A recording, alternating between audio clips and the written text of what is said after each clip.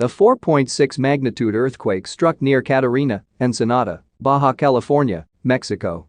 The tremor was recorded after midnight on Saturday, December 18, 2021, at 12:32 a.m. local time, at a shallow depth of 27.1 kilometers below the surface. The event was filed by the United States Geological Survey, the first seismological agency to report it. A second report was later issued by the European Mediterranean Seismological Center, EMSC, which listed it as a magnitude 4.6 earthquake as well.